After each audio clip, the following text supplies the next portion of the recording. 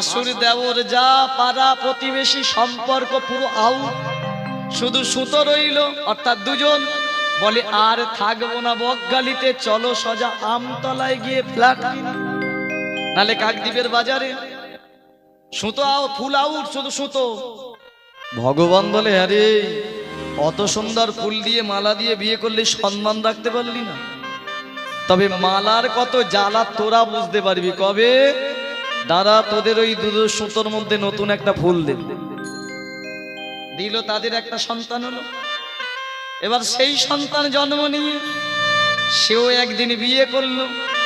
বিয়ে করে সেও সেই পূর্বের দেখানো পথ অনুযায়ী প্রথম দুটো ফুল ছিঁড়ে ফেলে দিল। থাকো তোমরা কাকদ্বীপে, আমি চলে যাই আরো দূরে।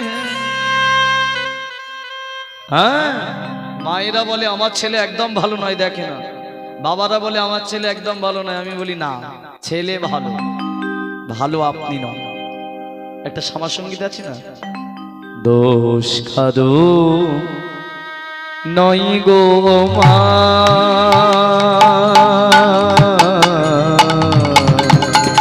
দোষ খাদো নয় গো মা, দোষ খাদো নয় গো মা, আমি সকাত সলিলে ডুবে মরি সমাদোষ কাঁদো নয় গো মা। নিতাই গৌর হরি হরি হরি বল। নয় গো মা, দোষ খাদো নয় গো মা। তাক অনেকটা বাকি আছে, সমাজসঙ্গীত ছেড়ে দিন। শুধু এটুকু জেনে নিন যে দোষ কারো নয়, দোষ তাহলে কার? কর্মী। কর্ম যেমন করবেন ফল ঠিক সেইভাবে পেতেই হবে, পাবেন সেই রকম ফল। মালাটা সম্মান যদি আপনি রাখতে পারেন, দেখবেন আপনার ওই ছেলেও সারা জন্ম আপনার চরণ ছিল করবেই। আর আপনি যদি আপনার বাবা মার সাথে এই ব্যবহার করেন, আপনার ছেলে তো করবেই আপনার সাথে। এই বংশ পরম্পরা দেখে শেখা। এই জগৎ থেকে আমরা তিনটে জায়গা থেকে শিক্ষা নিই। এক হলো শুনে শিক্ষা, শুনে শুনে অনেক কিছু শিখি। দুই হলো দেখে শেখা, দেখে দেখে অনেক কিছু শিখি। আর তিন হলো পড়াশোনা করে শেখা। পরিভাষা থেকে কি করে শিখবেন? এক শুনে, দুই দেখে। শুনবেন কি কৃষ্ণ কথা, দেখবেন কি ভাবনা। যদি শিখে যেতে পারেন, গ্রন্থের সাথে মিলিয়ে নেবেন, তখন দেখবেন পড়াটা সফল হচ্ছে। এই তিনটে শেখে একসঙ্গে করলে তখনই প্রকৃত শেখা। আর আমরা কি করি? টিভিতে দেখছি দিদি নাম্বার 1 রান্না হচ্ছে চিংড়ি মাছের মালাইকারি, দেখে দেখে শিখছি। এবার সেখানে চিংড়ি মাছটা হয়তো 10 দিন আগে করে ফ্রিজে রেখে দিয়েছে, ওটা তো বলেন এ গরির বউ দেখে শিখবে। এই বাজার থেকে চিংড়ি মাছ কিনে নিয়ে এসে রান্না করছে। এবার কড়াই দিতেই চুঙে গেল, বলে হলো না কেন? দেখতে হবে, শিখতে হবে, জানতে হবে, তবে হবে, নালে হবে না। যাই হোক, আসুন মাল্যদানটাকে করে দিই, তারপরে বিবাহটা দিয়ে দিই, জানতে পারবো। মাল্যদান মেয়েরা প্রথম দেয়। আজ রত্নমালা মালা দিচ্ছে। সকলে একটু উলুধ্বনি হোক, হরি বল হরি বল জোর করে। হ্যাঁ, উলুধ্বনিটাও জোর করে দেওয়াতে হচ্ছে। রত্নমালার গলার মালা, হরি হরি হরি বল। রামচন্দ্রের গলে দিল, দেবীর গলার মালা, উলুধ্বনি হরি হরি হরি। রামচন্দ্রের গলে দিল সেই মালা, আহা উলুধ্বনি, সেই মালা রয়ে রামচন্দ্র রত্নমালার গলে দিল। সেই মালা বুড়িয়া গলে রামচন্দ্রের গলে দিল। এবার কি আনন্দ, কি আনন্দ হইল দেখো বিবাহ বসরে। ওই না কি আনন্দ, কি আনন্দ হইল মোদের বিবাহ বাসরে। আজ কি আনন্দ হইল দেখো বিবাহ বাসরে। আচ্ছা, বিয়ের আনন্দটা ভজনগুলো আমি শেষে গাইবো, করবেন। শুধু লীলাটা এখন শুনতে থাকুন। সুন্দর করে বিয়ে হলো, এটা জানবেন একটা প্রতিষ্ঠিত ছেলের পেছনে দুটো নারীর অবদান থাকে। প্রত্যেকটা প্রতিষ্ঠিত ছেলের পেছনে, যারা সবাই বলে একটা নারী, না ভুল। এই দুটো নারীকে এক হলো মা, আর দুই হলো মায়ের পরে যদি কেউ হয় তার স্ত্রী। এই দুটো নারীর অবদান থাকে। রামচন্দ্রের ভক্তি জীবনে আসার পেছনে অবদানটা কার জানতে পারবেন। বিবাহ হলো রামচন্দ্রের সাথে রত্নমালা, আর বিয়ের পরে ওই তখনকার দিনে বউ বরকে কিসে করে নিয়ে আসা হতো? পালকি করে। বাহ, এই যে পালকি করে মুর্শিদাবাদ থেকে রামচন্দ্র রত্নমালার পালকিটা নিয়ে আসা হচ্ছে। যারা নবদ্বীপে গেছেন, যারা মুর্শিদাবাদে কোনোদিন গেছেন, দেখবেন বহরমপুর বলে একটি জায়গা আছে, নাম শুনবেন। বহরমপুর থেকে বর্ধমানে আসতে গেলে একটা ঘাট পড়ে, সেটা হলো কাটোয়ার ঘাট। নাম শোনা আছে কি? কাটোয়া নাম শুনেছেন তো? তখনকার দিনে সেতু ছিল না। তা বাবা, ওই পালকিটা কোনোভাবে গঙ্গা পেরিয়ে, তখন আর এই সুরধনী গঙ্গা এত চওড়া ছিল না, সরু খালের মতো ছিল, পেরিয়ে ভোর হয়ে গেছে। ভোরের বেলা এপারটা কাটোয়া, এই পার কাটোয়া, ওই পার মুর্শিদাবাদ, মানে এদিকটা বর্ধমান, ওদিকটা মুর্শিদাবাদ। যান যদি ম্যাপটা দেখলে বুঝতে পারবেন। ওই কাটোয়ার ঘাটে পালকিটা রেখে দিয়ে যারা বেয়ারা ছিল, মানে যারা ওই পালকি বয়, তারা একটু বিশ্রাম করার জন্য নদীর পাড়ে ঘুমিয়ে পড়েছে। কিন্তু পালকির মধ্যে নববিবাহিত রত্নমালা রামচন্দ্র ঘুমায়নি, তারা দুজন বসে আছে। ভোরের বেলা হঠাৎ করে তাদের কানে ভেসে আসছে একটুখানি দূরে একটা মন্দির আছে। ওই মন্দিরে একজন কীর্তন করছে, একজন কীর্তন গাইছে, আর তার ডান দিকে বসে একজন কীর্তন শুনছে। মানে আমি যদি গাইছি, আমার ডান দিকে একজন, আর সামনে আপনাদের মতো কিছু ভক্তরা কীর্তন শুনছে। তা ওই কীর্তনটা কানে ভেসে আসছে কার? রামচন্দ্র রত্নমালার। কীর্তনটা কি গাইছে আগে মন দিয়ে শুনুন। তা কীর্তনটা কানে ভেসে আসছে, মধুর ভাবে শুনছে। কি গাইছে জানেন? অবতার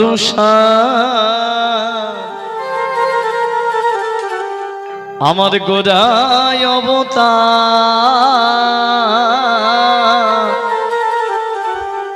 তোরা কেন না ভজিলি তারে।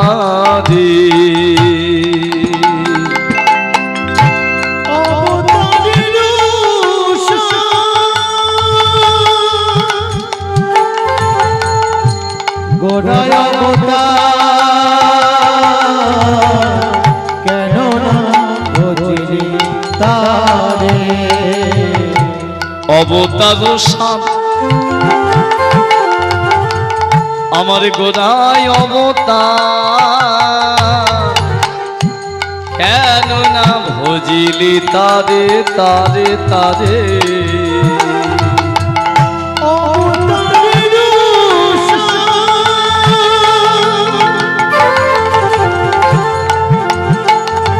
আমার গোড়ায় কেন না বুঝলি তারে। করি নির্বাস গেল না পিয়া, করিনি রে বাবা গেল না পিয়া। এখানে দু চারটে কথা আপনাদের জন্য বলি। বর্তমান দিন মায়েরা এই কীর্তনটা এমন ট্রেডিশনে চলছে জানেন, আসল কীর্তন কেউ শুনতে যায়। সব থেকে বেশি কীর্তন যদি ভারতবর্ষের মধ্যে কোথাও হয়ে থাকে, সেটা আপনাদের দক্ষিণ চব্বিশ পরগনায়, জানেন। এত কীর্তন বাসর অন্য কোথাও হয়নি, ছিলও না। কিন্তু সব থেকে এখন খারাপ যদি কীর্তন হয়, সেটা আপনাদের দক্ষিণে হচ্ছে। আমি অপমান করে বলছি, কীর্তনের নামে শুধু ভজন গান, ধেই ধেই করে নাচ, আর সেইটাকে আপনারা গ্রহণ করছেন। সেই আসলে অনেক লোক, কিন্তু যেখানে আসল পদাবলী কীর্তন হচ্ছে সেখানে ভক্ত নেই। কেন নেই? কলিযুগের কথা যে মানির কেউ মান দেবে না, জ্ঞানীর জ্ঞান কেউ নেবে না। কারণ নিলে মানুষ উদ্ধার হয়ে যাবে। যে পদাবলীটা শুনছেন, এই পদাবলীগুলো ছিল আসল কীর্তন।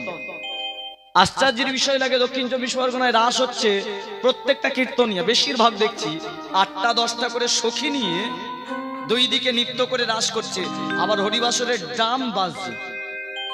লজ্জা লাগে? কষ্ট আমার নয়, কষ্ট মহাপ্রভুর লাগে। মহাপ্রভু মনে মনে ভাবে, ওরে রাসলীলা আমি করেছিলাম কত বছর বয়সে, তোরা জানিস না। দাপর যুগে ভগবান শ্রীকৃষ্ণ 125 বছর তিনি লীলা করেছেন। 11 বছর বৃন্দাবনে, 11 বছর মথুরায়, আর 103 বছর দ্বারকায়, গুজরাট যেটা বর্তমান। 11, 11, 22 আর 103, তাহলে 125 বছর। এর মধ্যে বৃন্দাবনে যে 11 বছর ছিলেন, 11 বছরের মধ্যে 7 বছর বয়সে 7 ইয়ার 7 বছর বয়সে রাসলীলা করেছিল। 7 বছরের একটা ছেলে কত বড় হতে পারে? হ্যাঁ, তাহলে 7 বছরের ছেলে একটা রাসলীলা করছে। রাধারানীর বয়স কত? 2 মাসের বড় ছিল। একটা 7 বছরের মেয়ের সাথে রাস হচ্ছে বৃন্দাবন। সেইটাকে আমরা কি করেছি? সাজিয়েছি বিশাল বিশাল সুন্দর সুন্দর সখী বড় বড় নিয়ে দেই দেই করে নৃত্য করছি। ওরা বোঝে না ওই যে দেই দেই করে নাচাটা, ওই পায়ের ধুলো গিয়ে হরিবাসরে তুলসী মন্দির আছে তার গায়ে পড়ছে। ভগবানের মূর্তি আছে আমার সাক্ষাৎ দেখা সামনে, এই দক্ষিণে ভগবানের মূর্তি আছে, পিকচার আছে, এমন নাচছে ধুলোগুলো উড়ে উড়ে গিয়ে পিকচারের মধ্যে পড়ছে। একবারও লক্ষ্য নেই সামনে ছেলে বসে আছে, আমার জেনারেশনের ছেলে, আমার বয়সী মেয়েগুলো করতালি দিচ্ছে, আনন্দ করছে, সিটি মারছে। তাহলে কোন জায়গায় গেছে? রসাতলে যাবে না আমাদের সনাতন ধর্ম? শেষ করে ফেলছি নিজেরা। কেন শেষ করে ফেলছি? সম্মান দিতে জানি না। মনটা দিলে সম্মান ঠিক থাকবে, জানতে হবে। আর শুনবেন জায়গায় যে পদাবলীটা গাইছে, এটা কে গাইছে জানেন? অন্য কেউ নাই। কি আগে গাইছে শুনিনি? অবতারের সার গোরা অবতার, কেন না ভজিলি তারি, করি নিরেবাস গেল না পিয়াস আপন কর্ম। হে ভক্তমণ্ডলী, ভগবান দেখেন, আমি যাকে লীলার জন্য পাঠালাম, যার মা তাকে সাহায্য করতে পারলো না, তার বাবা মারা গেল, আমাকে যেতে হবে ওর সাথে যোগাযোগ করার জন্য। সেই গৌরী এই কলিযুগে দ্বিতীয় কলেবর রূপে এসেছিল, যার নাম হয়েছিল শ্রীনিবাস আচার্য। আর নিত্যানন্দ দ্বিতীয় কলেবর, যাকে বলা হয় নরোত্তম দাস ঠাকুর। কাটোয়ার মন্দিরে যিনি কীর্তনটা গাইছেন, উনি আর অন্য কেউ নয়, উনি হলেন গৌরাঙ্গ মহাপ্রভু দ্বিতীয় অবতার, যার নাম শ্রীনিবাস আচার্য। ডান দিকে বসে যে ছেলেটা শুনছে, যার নাম নরোত্তম দাস ঠাকুর, যেই হলো নিত্যানন্দ। গাইল কি পদাবলীটা? অবতারের সার গোরা অবতার, কেন না ভজিলি তারে, কেন না চিনিলি তারে, কেন না জপিলি তারে। কাকে উদ্দেশ্য করে গাইছে জানেন? আজকে শ্রীনিবাস আচার্য জানে যে রামচন্দ্রের পালকিটা কাটোয়ার ঘাটে আছে, ও এখনো জানেই না ও কি। তাহলে ওকে শোনাতে হবে। কি শোনাচ্ছে? কলিযুগে অবতারের সার গৌরী, তাকে চিনতে পারলি না? চিনবি কি করে? করি নিরেবাস গেল না পিয়াস। নির মানে কি? জল। জলে বাস করেও আমাদের পিপাসা গেল না প্রত্যেকের। বলুন তো, যার 10,000 মাইনে আছে সে চায় না 20,000 হোক? চাই না? যার 1 বিঘে জমি আছে, ভগবান দিয়েছে, সে চাই 2 বিঘে হোক। যার 1 তলা বাড়ি আছে, সে চাই 2 তলা হোক। এই যে চাওয়া, চেয়ে যাচ্ছি, বাস করছি আমরা জলে, ভগবান জল স্বরূপ দিয়েছে সব, কিন্তু এত পিপাসা বাড়িয়ে যাচ্ছে সম্পত্তি। কিন্তু তুমি কোনোদিন ভেবে দেখেছো, তুমি যে তোমার ছেলের জন্য কোটি টাকা জমিয়ে রেখে যাচ্ছ, ওই ছেলেটা ওই টাকাটা ভোগ করতে পারবে তো? রাখতে পারবে তো? তুমি এত কষ্ট কার জন্য করছো?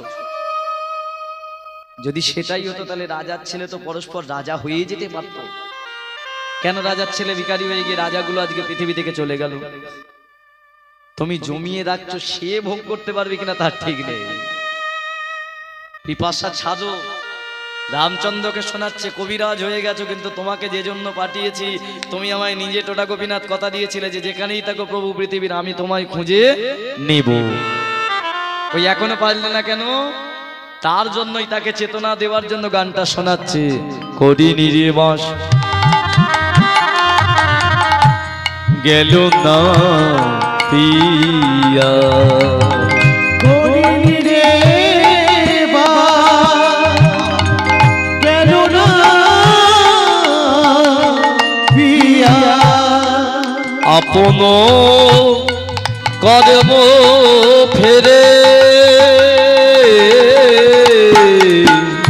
করি নিরেবাস গেল না তোদের পিয়াস, আপন কর্ম ফেরে। তোরা ভজলি না রে আমার সোনার গৌরে, তোরা ভজলি না রে সোনার গৌরে, তোরা ভজলি না রে আমার সোনার গৌরে, তোরা ভজলি না আমার সোনার গৌরে ওই চরণ জড়ায়ে ধর এই হৃদয় পুজে বুঝলি না আমার সোনার গৌরে ওই চরণ জড়ায়ে ধর আমার এই হৃদয় পুজে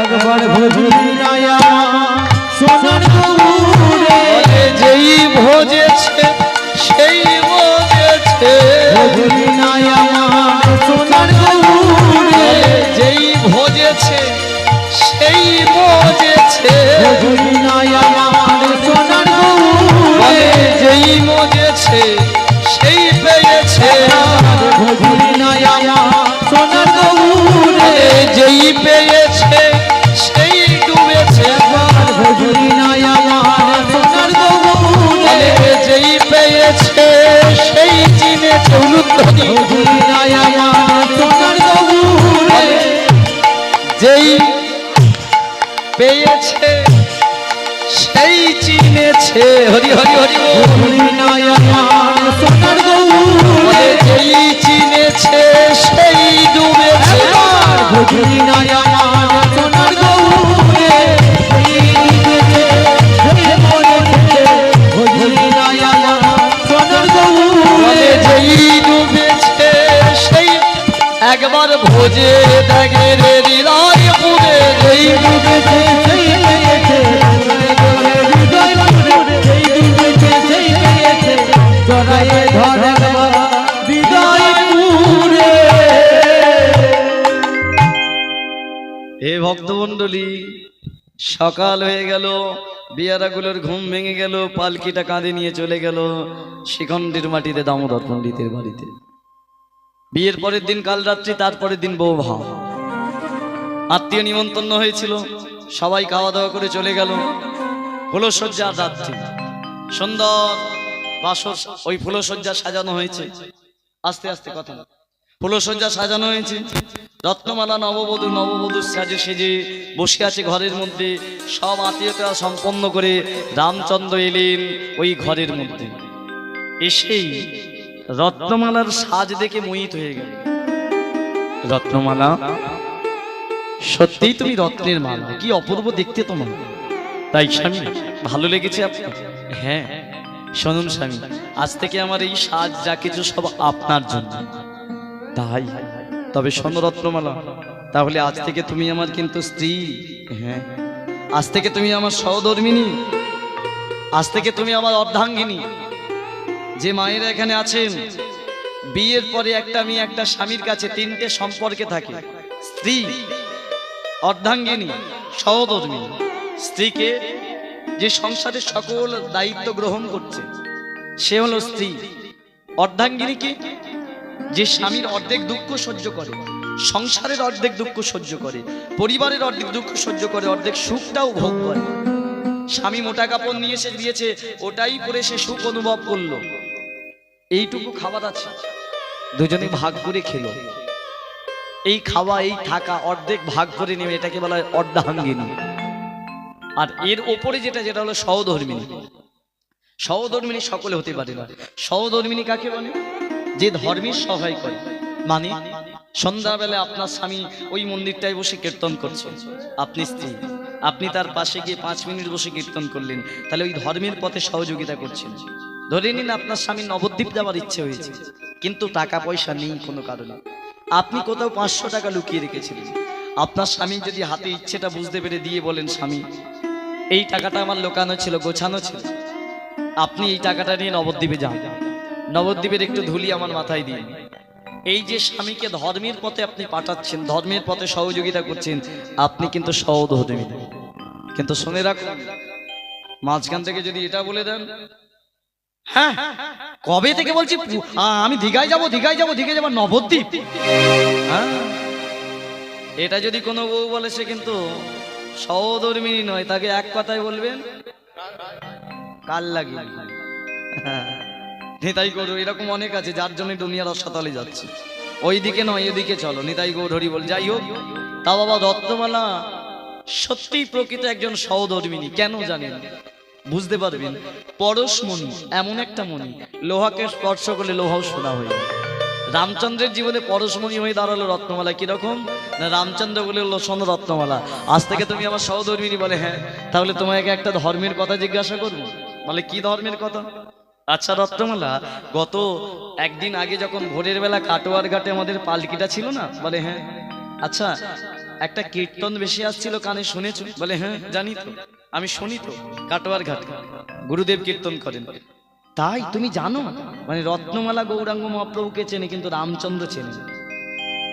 রামচন্দ্র চেনে না, জানি না সে কি। তা রত্নমালা ওই যে কীর্তন করছিল না, তাহলে তুমি কীর্তনটা সম্বন্ধেও জানবে। বলে কি প্রশ্ন বলুন আমাকে।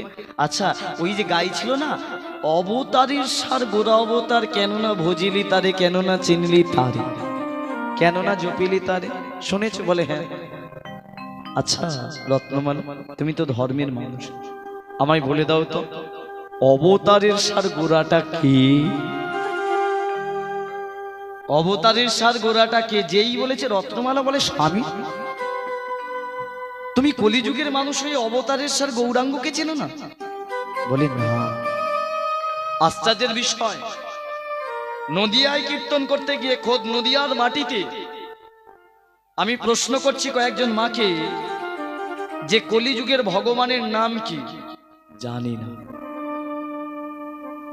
জানি না। লজ্জার বিষয়, নদিয়ার মাটিতে আমি প্রশ্ন করেছি, আজ অন ক্যামেরায় বলেছি। নদিয়ার মাটিতে অনেক মেয়ে আছে, অনেক মেয়ে ভাই আছে, অনেক দাদা আছে যারা গৌরাঙ্গ মহাপ্রভুকে চেনে না, জানতে চাইনি, আদর্শে দীক্ষিত হয়নি। রত্নমালা অবাক হয়ে গেল, স্বামী আপনি গৌরাঙ্গ মহাপ্রভুকে চেনেন না? বলে না। আচ্ছা রত্নমালা, যদি চিনতে চাই কি করতে হবে? আচ্ছা স্বামী একটা প্রশ্ন করব? বলে হ্যাঁ। দীক্ষা নিয়েছেন আপনি? বলে না। দীক্ষা কি জিনিস জানি না তো। দেখুন, একজন আকাট মূর্খ একটা ছেলে, মূর্খ, সে ডাক্তারি কবিরাজি করে, কিন্তু ধর্মের পথে সে মূর্খ। তার স্ত্রীকে কেন পরশমণি বলা হয়? আস্তে মন দিয়ে কথাগুলো শুনে নিন। রত্নমালা বলে হলো শুনুন স্বামী, তাহলে আমি আপনাকে বলে দিই, গৌরাঙ্গকে আমি চেনাতে পারবো না। গৌরকে চিনতে গেলে, গৌরকে জানতে গেলে আপনাকে আগে ধর্ম করতে হবে। ধর্ম করতে হবে। যেই বলেছে ধর্ম করতে হবে, রামচন্দ্র বলে উঠলো রত্নমালা তাহলে এটা যেটা করছি এটা কি? বলে এটা সংসার ধর্ম। তাই? আচ্ছা তাহলে সংসার ধর্ম করব না ওই ধর্ম করব? দেখুন মায়েরা, প্রশ্নগুলো কিরকম। এখনকার ছেলেরা যেটা করে সেই প্রশ্ন রামচন্দ্র করে গিয়েছিল। রত্নমালা বলে উঠলো আপনি দুটোই করুন, সংসারে থেকে সংসার ধর্ম করুন, দীক্ষা নিন, দীক্ষা নেবার পরে ওই ধর্ম করুন, গৌরকে চিনতে পারবেন। যেই বলেছে রামচন্দ্র বলে উঠলো না রত্নমালা, এটা তুমি ভুল বললে। সংসার ধর্ম থেকে গৌরকে তো চেনা যায় না। বলে কেন? বলে এতদিন তো আমি সংসার ধর্মই করলাম, কই আমার গৌরকে তো আমি চিনতে পারলাম না। বলো না রত্নমালা কি করে চিনবো? স্বামী উতলা হইও না, আজকে আমাদের ফুলসজ্জার রাত্রি, আমি আপনাকে বলছি কি করে গৌরকে চিনতে পারবেন, আমি পথ দেখাবো। কি করে? শোনো, আগামীকাল ভোরের বেলা আপনি চলে যাবেন, ভোর হওয়ার পরেই চলে যাবেন ওই কাটোয়ার ঘাটে গিয়ে যিনি কীর্তন করছিলেন ওই গুরুদেবের চরণটা জড়িয়ে ধরবেন, ওর কাছ থেকে দীক্ষা নেবেন। ওই আপনাকে গৌর সম্বন্ধে ধারা বিবরণী দেবে, গৌর চেনাবে। যেই এই কথাটা বলেছে অমনি রত্নমালার কথা শুনে রামচন্দ্র বলে বলে রত্নমালা তুমি আমার একটা বিশাল উপকার করলে। কি উপকার? ওই গুরুদেবের চরণ ধরলেই দীক্ষা নিলে গৌরকে জানতে পারবো। বলে হ্যাঁ। তাহলে শোনো রত্নমালা, আর ভোরের বেলা নয়, কাল আজ নয়, আমি এক্ষুনি যাবো। ফুলসজ্জার রাত্রিতে রত্নমালাকে ত্যাগ করে ওই রামচন্দ্র ছুটতে ছুটতে ছুটতে ছুটতে কাটোয়ার ঘাটে ভোরের বেলা স্নান করছিলেন গুরুদেব শ্রীনিবাস আচার্য। তার চরণে গিয়ে আজ আর কে বললেন গুরুদেব।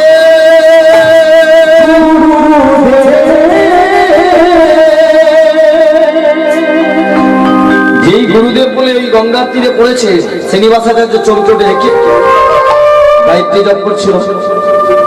চরণে যেই গুরুদেব বলে পড়েছে দেখলো গায়ে মুখে চারিদিকে খাড়া। আর এই কে তুই রে, আমার চরণ তলে পড়লি এরকম গুরুদেব বলে? এই উঠে দাঁড়া, এই উঠে দাঁড়া।